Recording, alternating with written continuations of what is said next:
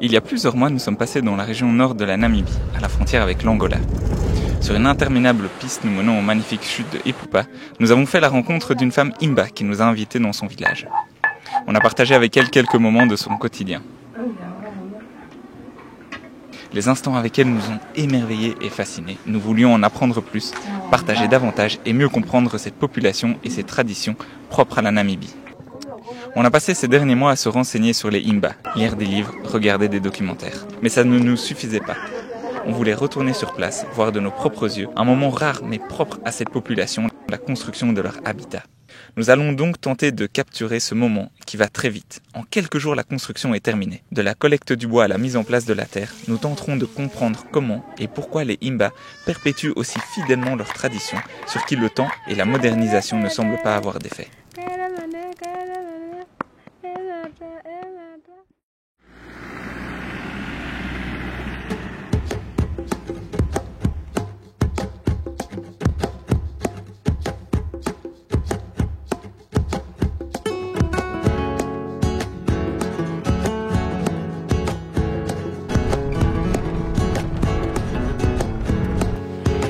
Bienvenue dans ce magnifique paysage qui est la région du nord-est de la Namibie. Elle ne veut pas s'arrêter, hein. Ouais. Et elle court vite, hein. J'ai mis un peu là. Attends, oh là là, mais elle est folle. Elle est suicidée. Oh là ma grande. Oh là là là. On est ici depuis quelques jours et on profite de ces incroyables bivouacs entre les montagnes, entre les dunes de sable. On est ici proche de la rivière de Haut-Anib. C'est un endroit magnifique. C'est protégé par les communautés locales. Tu peux voir des éléphants, des girafes, des springboks, plein d'animaux.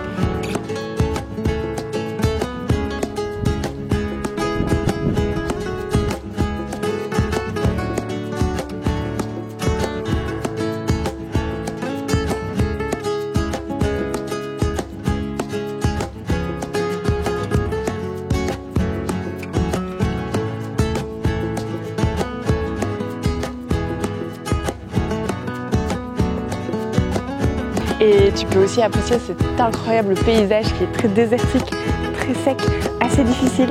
Il fait très chaud la journée, c'est très poussiéreux et il fait assez froid la nuit.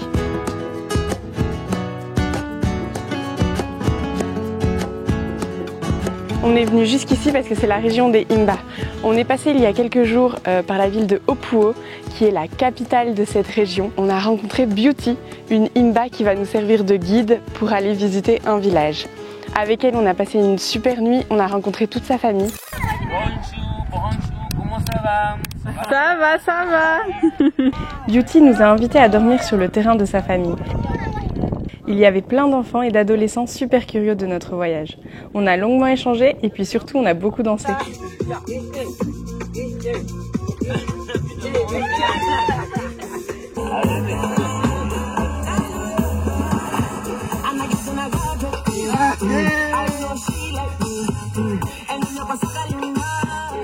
Et juste après ça, on a voulu nous partir tous les deux explorer la région avant d'aller dans un village Imba.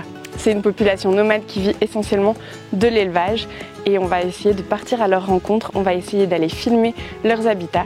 Donc on a vraiment hâte de retrouver Beauty. Là on va finir notre petit tour dans la région, on va se rediriger une nouvelle fois vers Opuo, on va embarquer Beauty avec nous et on va partir à la découverte de ce village. C'est un chantier de poussière cette route.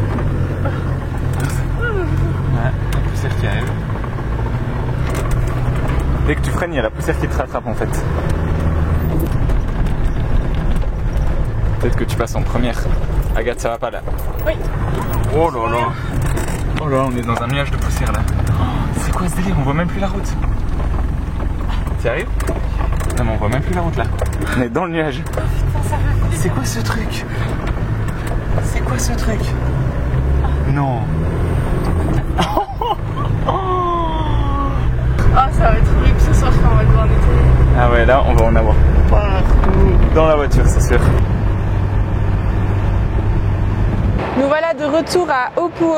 On va récupérer Beauty, notre guide, pour nous amener dans un village Imba. Donc voilà, alors je suis en train de voir si je la vois. Parce que comme tu l'as vu, on a déjà passé une soirée chez Beauty, alors on sait où elle habite maintenant. Donc voilà, c'est là qu'on a dormi la première nuit chez Beauty. C'est assez joli parce qu'elle est en haut d'une colline, donc tu as une superbe vue sur tout Opuo. Et c'est assez intéressant parce qu'il y a de plus en plus de Imba en fait qui viennent en ville pour simplement pour trouver du travail. Beauty est une personne vraiment fascinante à rencontrer parce que elle essaye de préserver ses cultures Imba tout en ayant été à l'école, tout en vivant en ville. Et donc ben voilà, des fois ça crée des petits clashs, des petits mix. Bonjour, bonjour. Moro, moro. So you didn't dress Imba today? Yes, I'm afraid that maybe the space will be. Ah, in the car? Yeah. Ah, okay. And then when I go to the village, I can occupy another big space. Ah, ok. Elle savait que dans la voiture on allait être serré, du coup, elle a préféré pas s'habiller. Ok. Let's go? Yeah, yes. See you, thank you. Bye bye. Alors, comment on va s'installer, Agathe? Alors, moi je vais à l'arrière, au milieu. Et voilà. Ok. Oh, you ever see that? Yeah. Okay. Yes, small seat. Ready? Yes. Can go? Yes, we can go. Okay, nice. Let's go. How long is it to go to the village?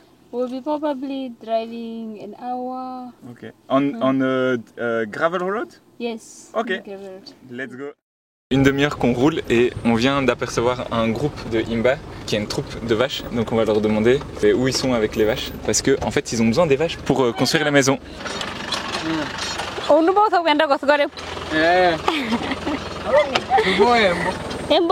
We are driving and then we turn on our right. That's where all they are relocating. Ok. Beauty a demandé au groupe qui était avec les vaches où ils étaient installés pour le moment parce que comme c'est des populations semi-nomades, ils bougent un petit peu tout le temps. Et là ils sont à un emplacement parce que justement dans cette région là il y a de la nourriture pour les vaches. On a besoin des vaches pour construire les maisons, donc nous on a besoin d'aller dans un village dans lequel il y a les vaches pour le moment. Donc on a quitté la route principale, on est en train de chercher le village, donc il n'y a pas vraiment de traces de roulage. Les traces qu'on voit au sol en fait ce sont les chemins qu'empruntent les vaches les unes derrière les autres. Donc voilà, c'est vraiment l'aventure pour aller dans ces villages. Et c'est pour ça qu'on a besoin d'être avec un guide en fait, parce que c'est assez compliqué de comprendre où se trouvent les villages étant donné qu'ils bougent assez souvent. En tout cas, il y a des vaches. Il y a des vaches ici. Moro. Ah, on vient de rencontrer quelqu'un, il va pouvoir nous aider.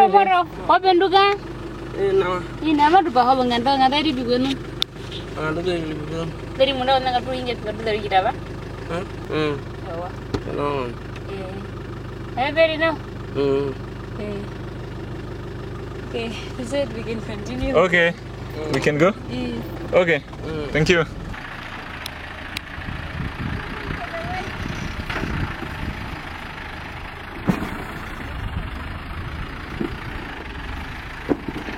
On n'arrive pas trop à trouver le chemin pour aller dans le village, donc on va laisser Ascarena sur la piste et on va continuer à pied. Donc, juste pour clarifier un petit peu ce qu'on est en train de faire, c'est possible de voir des villages Imba assez facilement et de les visiter, de comprendre leur culture, etc. Nous, en fait, ce qu'on aimerait bien voir, c'est lorsqu'ils construisent leur maison. En fait, c'est durant une très très courte période, ça va très très vite. On a essayé de trouver un village dans lequel justement ils bougent et donc dans lequel potentiellement ils construiraient une maison parce que justement ils sont avec leurs vaches et ils viennent de se poser à un nouvel endroit. Et donc je pense qu'on a trouvé ce qu'on cherchait parce que ce monsieur juste derrière moi pensait justement construire une maison dans les prochains jours. Il va nous montrer en fait le process, comment il construit sa maison. Et on va le suivre en fait pendant une journée. Un village de Imba, ça peut aussi ressembler à ça. Donc voilà, là derrière moi il y a juste une maison faite très rapidement avec un tout petit peu de bois, un tout petit peu de terre et une bâche. Et là il y en a une autre aussi, un peu une forme de tipi comme ça. parce que ces gens bougent tout le temps, donc des fois ils n'ont juste pas le temps de construire une vraie maison jolie et bien terminée en terre. Ils le font parfois assez rapidement et ils la couvrent avec des bâches. C'est comme ça que beaucoup de Himba vivent et c'est leur style de vie et c'est ça qu'on va essayer de comprendre, en plus de comprendre comment ils construisent leur maison.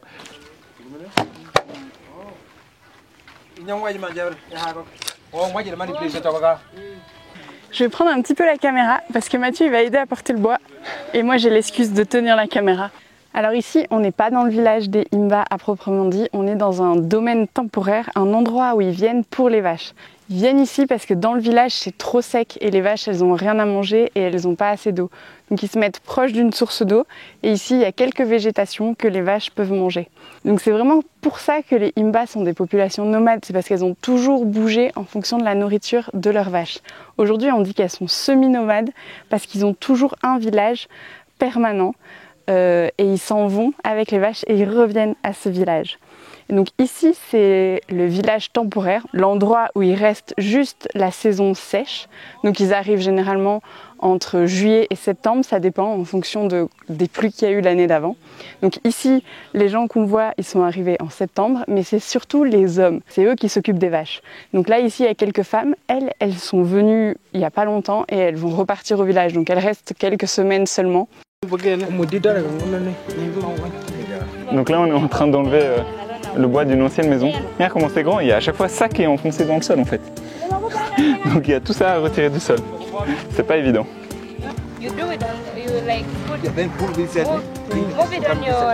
Ah, and then I can... Ah, because they are together. Non, maintenant je peux juste le pousser normalement. Non, I pull. Ah, ouais. I remove one. Yeah. Good. Thank you. Oh, I did two. Nice, thank you. On a déterré tous les troncs d'arbres de l'ancienne maison là qu'il y avait, et puis maintenant on va les porter un petit peu plus loin, là où ils ont envie de s'installer en fait. Celui-là il m'a l'air pas trop gros.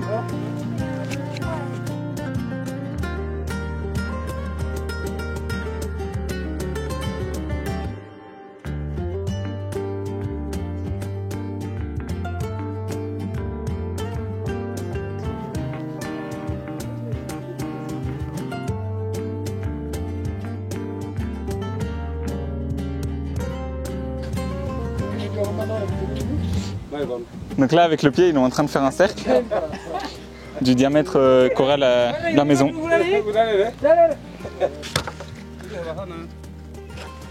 Tu vois quand t'es enfant et que tu dessines un soleil avec tous les rayons, ils vont faire en fait voilà, les rayons du soleil on va dire avec tous les morceaux de bois pour voir si on a assez de bois.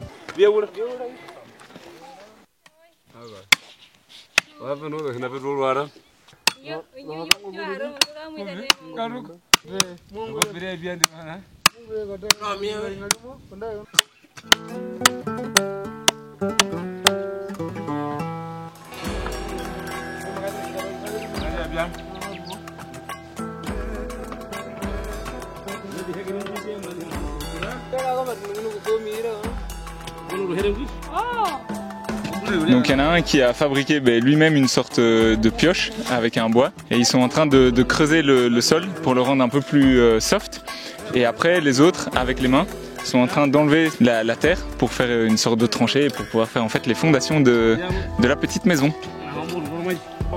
Mostly is done by men. Ok.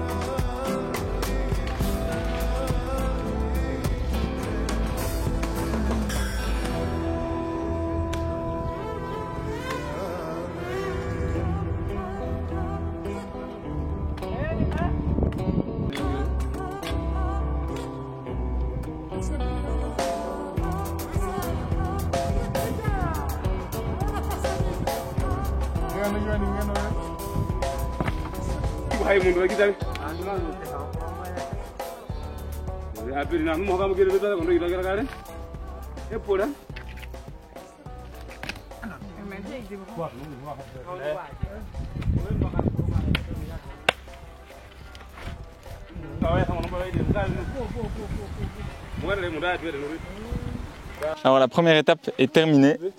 Tous les morceaux de bois qui ont été récupérés ont pu être mis, donc ils sont mis en cercle. Et puis juste là derrière moi, je pense que ça va être la petite porte d'entrée.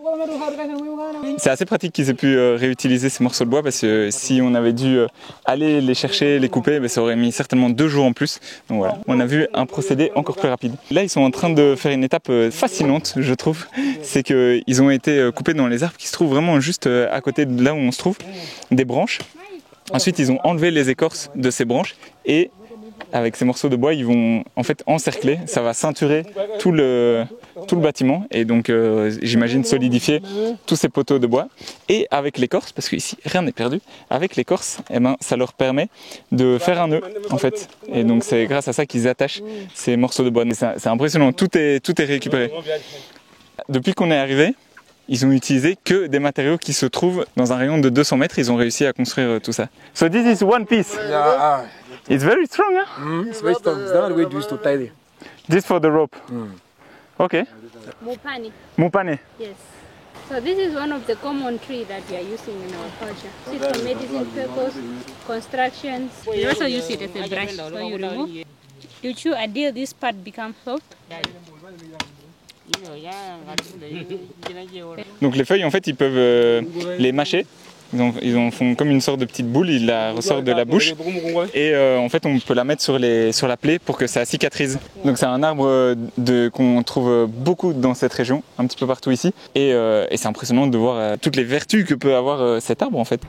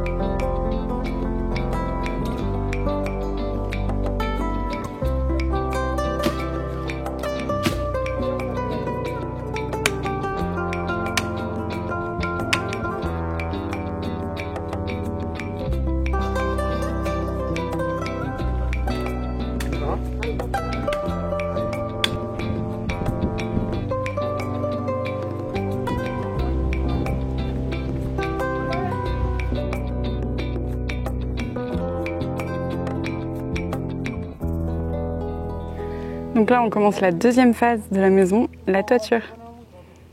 Et tous ces bois qu'il y a par terre, ça va être pour ça. En fait, le bois, il est juste mis entre les deux troncs là, un tronc qui sont fixés au sol. Et ici, il y a les lattes qui tiennent tous les bois qui font le tour. Il passe juste le bois de la toiture là-dedans. Et je peux te dire que ça bouge pas.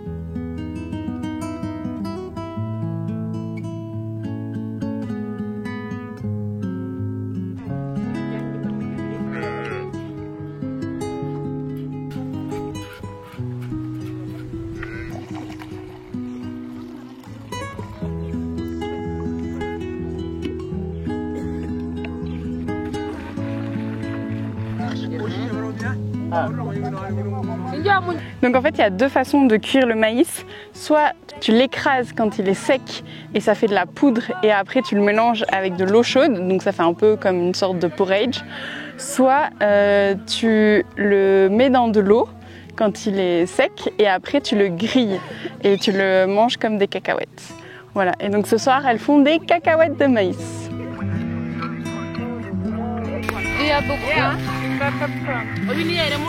J'ai essayé de prendre des pop-corn, c'est brûlant, et donc c'est pour ça qu'il le passe d'une main à une autre. J'ai d'abord essayé avec 3, j'étais assez confortable, là je crois que j'en ai pris 8. Et ben je vais plus avoir de main.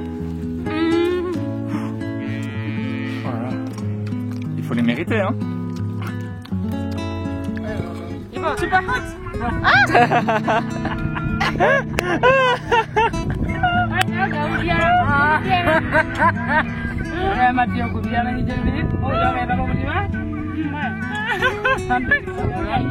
Essaye. Ah mais c'était super chaud. Ah, as we take it like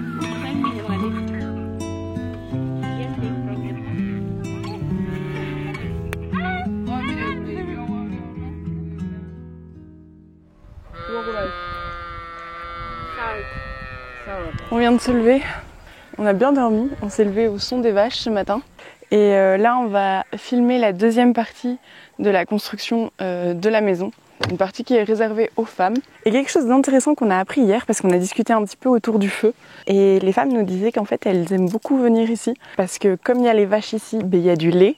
Et donc elles mangent beaucoup mieux. Et aussi parce qu'elles ont moins de travail à faire ici. Au village, elles doivent aller au champ, elles doivent s'occuper des enfants, répondre à tout ce que le chef du village leur demande.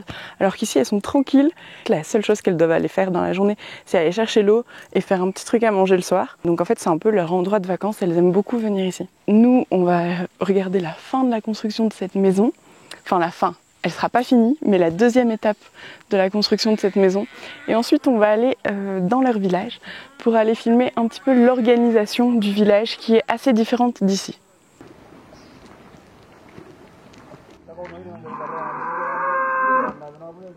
Donc là, en fait, pour couvrir la maison, elle récupère de la bouse de vache, mais fraîche. C'est pour ça qu'on est venu au village temporaire, c'est parce que les vaches, elles sont ici, comme tu l'as vu dans la vidéo, et parce qu'on a besoin du caca de vache pour mettre l'enduit de la maison. Donc là, les sticks de bois, ils sont installés, les hommes ont fait cette partie, et maintenant, c'est les femmes qui font la partie de l'enduit. Et alors, elles utilisent du caca de vache le plus frais possible, parce que plus il est frais, moins tu as besoin d'eau. Et comme tu l'as vu, c'est difficile d'avoir de l'eau, il faut aller au puits, donc il faut quand même marcher 15-20 minutes. Donc là, elle le mélange juste avec un tout petit peu de sable par terre et elle le pose à la main sur le mur. Et donc ça va avoir deux effets d'utiliser de la bouse de vache. Ça va permettre d'imperméabiliser la maison et ça va permettre de couper le vent. Vu que c'est de la bouse de vache pour le moment, il y a quand même une odeur assez forte, surtout qu'elle est très fraîche. Mais ça disparaît quand ça sèche. Bien évidemment, par la suite, elle va se durcir. On va essayer de te montrer une maison finie. Ça ressemble ensuite à la fin à de la terre. Tu peux pas deviner à la fin que ça a été fait avec de la bouse de vache. C'est assez impressionnant. Donc c'est un travail qui prend quand même du temps. Il faut pas mal de bouse de vache. Donc en fait, ça prend plusieurs jours. Tous les matins, elles vont le faire jusqu'à finir la maison. Donc nous, malheureusement, on pourra pas avoir cette maison finie. Allez, j'essaye. T'es encore chaud? Ah non, c'est froid. I put. Yeah, you can put also. Ok. Donc je mets un peu de terre. J'essaye de mélanger. Hop. Bon, normalement, je devrais y aller pleine main. Je suis pas très. Tu veux? Allez. Ouh. Difficile, hein? Oh. Ça tient pas? Non. T'as vu, il faut plus la malaxer, non? Elle a cassé le mur. Elle a cassé le mur. I broke the mur. I broke the wall. Plein de caca de vache. De bouse de vache. Mathieu fait que me reprendre. Je dis caca, mais on se comprend quand même. Une fois que tout le mur sera recouvert de terre, ils vont évidemment passer à la toiture. La toiture n'est pas encore finie, on peut voir il y a certains trous. En fait, il manque encore des poutres. Ils vont ensuite mettre des sortes de petites contrelattes, de nouveau avec des bois flexibles comme ça, ce qui va permettre de mettre de la terre aussi sur ce toit. Le toit, c'est quand même un élément toujours assez compliqué, on a déjà vu dans la construction vernaculaire. Ici, il fait trop sec, donc il n'y a pas du tout de paille. Donc la plupart des maisons qu'on peut voir ici dans la région des Imba, elles sont totalement recouvertes de terre. Et c'est ça qui les rend assez uniques et très jolies. C'est aussi très compliqué à maintenir parce qu'évidemment le toit, c'est l'élément le plus vulnérable de la maison lors de la saison des pluies. Et donc c'est le toit qu'ils vont devoir refaire et recouvrir le plus souvent. Programme de ce matin aussi, ça va être la traite des vaches. Donc hier soir ils en ont trait certaines et là ils vont en traire d'autres. Et après les vaches vont partir et vont aller brouter un petit peu partout pendant la journée et revenir ici le soir. Voilà, ça c'est un peu la routine de la journée des vaches. Ouais, on va aller voir comment ils font ça. Et alors pour les attraper, ils font un petit bruit. Ah, for the cow to relax. Yeah. Okay, okay.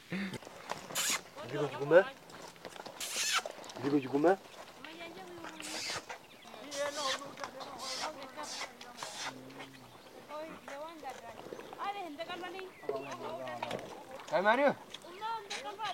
Injin bajere ku mana injin nama mo ka pa man. Bajere ko mek.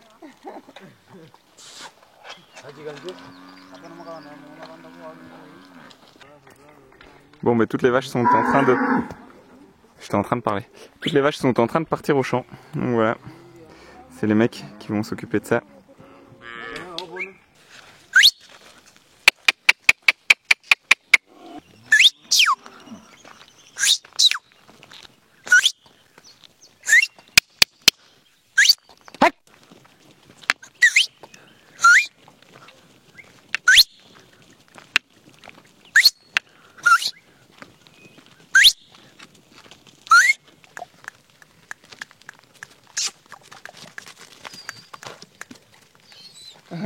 That's the dog's sound. Yeah.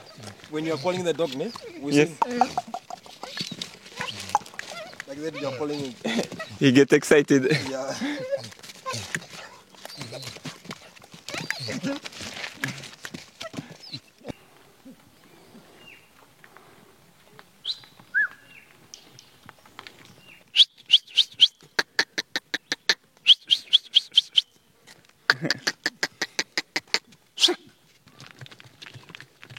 Alors nous, on est très contents d'avoir pu venir dans un village temporaire, on va l'appeler comme ça, même si ça n'a pas la structure du village, il n'y a pas de chef ici. On est quand même content de voir ça parce que c'est très rare à voir. Enfin, on n'a vu aucune vidéo sur ce type de village. Quand tu t'imagines qu'eux, ils sont arrivés en septembre, ils vont rester jusqu'en février, donc c'est quand même la moitié de l'année presque qui passe ici. Donc c'est aussi une partie très importante de la culture et du quotidien des Imba.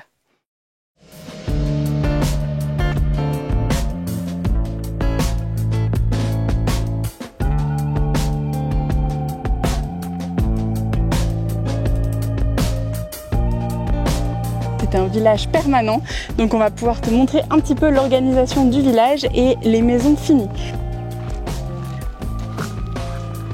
Quand nous on est rentré ici par l'entrée principale qui se trouve juste là à côté de moi, l'entrée du village, on a tout de suite été dans cette maison pour dire bonjour au chef parce que cette maison c'est la plus jolie, la plus grande de toutes les maisons et c'est la maison du chef. Donc tu vois, elle est encerclée de bâtons de bois. Ça signifie tout de suite aux personnes qui rentrent, aux inconnus, que c'est la maison principale du village. Alors du coup, ça fait comme une double enceinte. Tu as cette peau en bois et à l'intérieur, il y a la peau en terre. Là déjà, je peux te parler d'une chose qui est différente, c'est le toit en paille. Ce qui est intéressant, c'est qu'elle est construite un peu en forme d'igloo en terre, mais par-dessus, il y a un toit qui est rajouté en paille pour la rendre complètement étanche. Moro. Moro. Ah, j'ai réussi à aller à l'intérieur. Hein. Alors c'est très très sombre. Et donc là, on peut voir qu'il y a un pilier principal. So that the roof cannot fall inside when you put the cow dung. Alors à l'intérieur, il n'y a pas beaucoup de mobilier, il y a beaucoup d'espace pour que plusieurs personnes puissent dormir. Il y a juste quelques affaires qui sont posées sur le côté et on a comme des tringles pour suspendre les vêtements, mais sinon ça reste très sommaire. On vient ici à l'intérieur surtout pour dormir, comme on a pu voir, les gens sont plutôt à l'entrée à l'ombre ou à l'extérieur à l'ombre. Donc là, on peut voir la maison finie. Elle a les 2 couches de bouse de vache. Et là aussi, on peut voir tous les cracks, enfin les fissures en fait. Et donc dans ces fissures, il peut s'infiltrer un petit peu d'eau. Les vaches, elles sont là où on était hier. Donc ils attendent que les vaches reviennent ici et ils vont pouvoir recouvrir les fissures. Ça fait comme une forme d'igloo en fait. C'est tout fermé, il n'y a aucune fenêtre. La seule ouverture, c'est la porte. Ça permet également de se protéger de la chaleur parce que du coup, il n'y a pas de rayon de soleil qui peut rentrer à l'intérieur.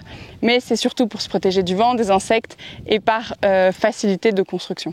On voit que la porte, elle regarde l'enclos des animaux et donc c'est parce que c'est construit en cercle. On peut voir la barrière en rond et les maisons sont à l'intérieur de ce rond, proche de la barrière, et au centre du rond, il y a les animaux et le feu sacré.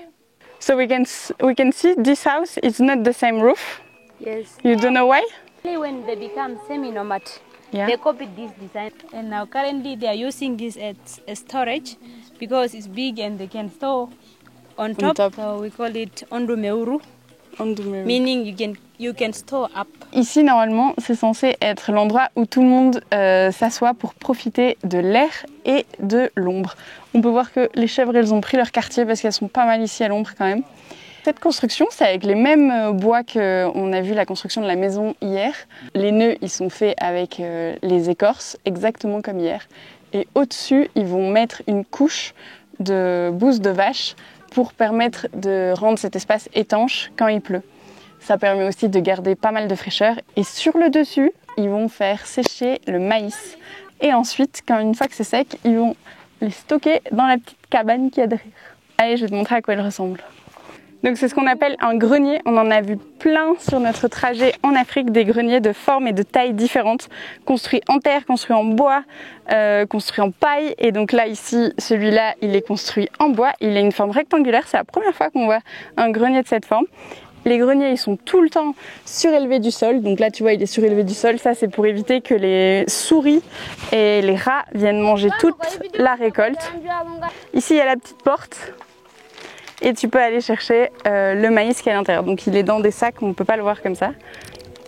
Donc là, comme on l'a dit avant, quand il y a des fissures, l'eau s'infiltre à l'intérieur. Et comme les vaches ne sont pas encore revenues et qu'il y a eu déjà quelques premières pluies, toute l'eau s'est infiltrée à l'intérieur et ils n'ont pas réussi à dormir malheureusement. Donc ils ont rajouté une bâche pour couvrir et rendre imperméable en attendant que les vaches reviennent et en attendant de pouvoir combler ces fissures. T'as un invité derrière ? C'est l'assistant? Tu es l'assistant?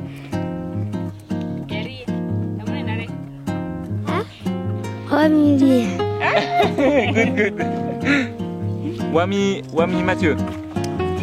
Yeah? Wami Mathieu.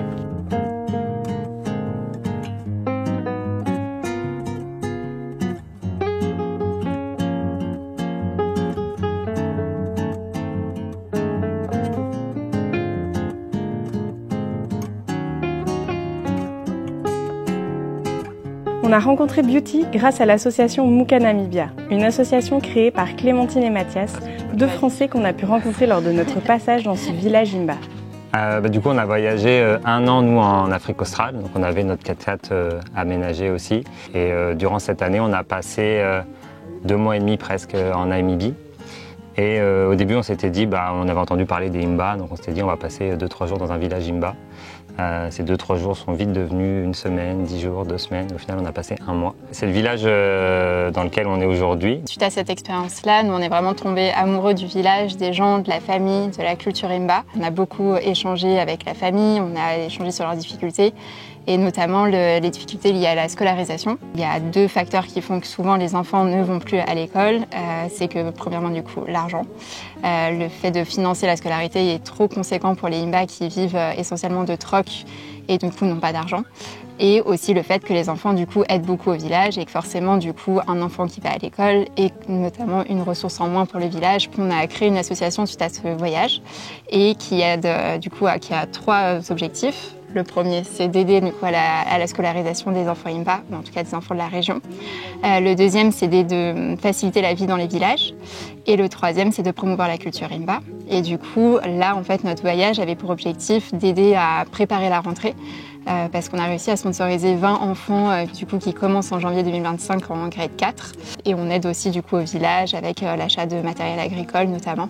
Nous, on n'est pas là du tout pour forcer les familles Imba à mettre leurs enfants à l'école. On est juste là pour apporter une solution qui est une solution financière. Ça coûte presque entre 150 et 200 € de scolariser un enfant pendant une année. Et évidemment, on n'oblige personne. Après, c'est un choix qui doit être fait par les familles. Parce que nous, l'idée, c'est que les enfants soient volontaires, qu'ils aient envie et qu'on puisse les accompagner. Là, les 20 élèves qu'on peut parrainer cette année, l'idée, c'est de l'année prochaine, évidemment, de continuer à les parrainer quand ils vont passer en grade 5 et d'essayer d'en avoir des nouveaux et de pouvoir aider de plus en plus d'élèves.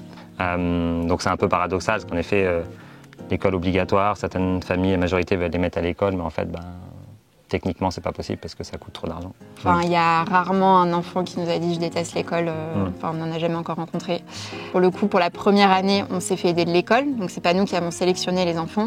Du coup, l'association qu'on a créée, nous, ça c'est Muuka Namibia. Muuka, ça veut dire demain en langue Imba, en Ochimba. On a choisi ce nom parce que l'idée avec l'association, c'est de pouvoir donner le choix aux générations futures pour qu'elles puissent créer leur demain. Du coup, que les Imba, grâce à ça, soient plus représentés dans la société namibienne. Aujourd'hui, ils sont malgré tout encore assez mal perçus. Et du coup, on pense que aussi l'éducation, ça peut leur permettre de faire promouvoir leur culture et aussi aider à la faire connaître et à la défendre au sein de la Namibie. Et du coup, concrètement, comment vous pouvez aider ? Soit il y a une option plus long terme qui est de sponsoriser directement un enfant. Et du coup, cet enfant, vous allez recevoir évidemment des nouvelles de lui, son nom, vous allez avoir ses résultats scolaires, savoir s'il a loupé l'école, c'est pas bien, mais on vous le dira si c'est le cas. Ou aussi de manière plus ponctuelle, avec un don. Et du coup, nous, cet argent, on peut l'utiliser soit pour améliorer les conditions plus globalement dans les écoles pour l'ensemble des élèves, ou aussi améliorer les conditions de vie dans les villages Imba. Rien de ce qu'on fait n'est décidé par Clémentine et moi.